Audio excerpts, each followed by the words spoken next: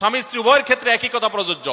ঝগড়া যখন করতে মন চায়, মেজাজ যখন গরম হয়, তখন না করে একটু পরে করেন।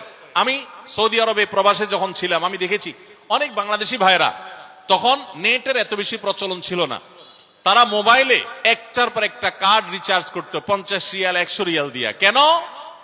শুধুমাত্র বউয়ের সাথে ঝগড়া করার জন্য। কিসের জন্য? কারণ কথা বলতেছে, মনে করেন কোন একটা বিষয় নিয়ে তুমুল বিশ্বযুদ্ধ বেঁধে গেছে দুজনের, এখন এই পাশ থেকে ওই পাশ থেকে কথা চালাচালি ঝগড়াঝাটি চলতেছে, চিল্লানি চেঁচামেচি, হঠাৎ করে লাইন কেটে গেছে, ব্যালেন্স শেষ, দৌড় দিয়ে চলে গেছে দোকানে, এই তাড়াতাড়ি একটা কার্ড দেন ভাই, তাড়াতাড়ি রিচার্জ করতেছে। কেন? তাকে এখন কি করতে হবে? অসমাপ্ত ঝগড়ার সেকেন্ড ইনিংস শেষ করতে হবে। আবার কার্ড শেষ হয়ে যাচ্ছে, ইনিংস ঘোষণা হয়ে গেছে, আবার যায় সে কার্ড রিচার্জ করে থার্ড ইনিংসে ঝগড়া করছে। কত বড় বেকুব চিন্তা করে, কত বড় নির্বুদ্ধিতা। এই ঝগড়াটা স্বামী স্ত্রী যদি দুই জায়গায় থাকেন, ফোনে যদি ঝগড়া হয়, আমি বুদ্ধি দেই যে ফোনটা যখনই দেখলেন যে ঝগড়া শুরু হয়ে গেছে, তখন সাথে সাথে মোবাইলটা অফ করে ফেলান। অফ করে 3 দিন মাত্র রাখেন, অন্য একটা নাম্বার বাটন ফোন দিয়ে আপাতত অফিসের কাজ কাম ছাড়েন, আর বউয়ের সাথে যোগাযোগের নাম্বারটা 3 দিনের জন্য বন্ধ রাখেন। 3 দিন পরে মোবাইলটা আস্তে করে ওপেন করেন। এবার নিয়তি করেন যে ঝগড়া এটাই হবে।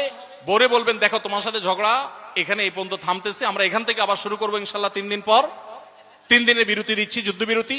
3 দিন পরে যদি শুরু করেন, আমি তো দায়িত্ব নিয়ে বলতে পারি, লিখিত দিতে পারি আপনাকে, 3 দিনের পর যখন আবার নতুন করে শুরু করবেন, ইনশাআল্লাহ দেখবেন আগের ঝগড়ার যে দুইজনের একজনেরও আর কিছুই নেই। এখন বউরে যদি বলেন 3 দিন পরে ফোন দিয়ে বলেন, হ্যাঁ বলো তুমি জানি কি বলতেছিলা, দেখবেন যে আর কথা খুঁজে পায় না। আর আপনিও যদি বলেন যে হ্যাঁ আমি জানি কি বলতেছিলাম, দেখবেন এখন ঝগড়া করে জুত পাবেন না, গিয়ার একেবারে নরমালে চলে আসছে। এই জন্য ভাইরা, রাগ যখন হয় ওই টাইমটাতে ঝগড়াঝাটি করতে হয় না।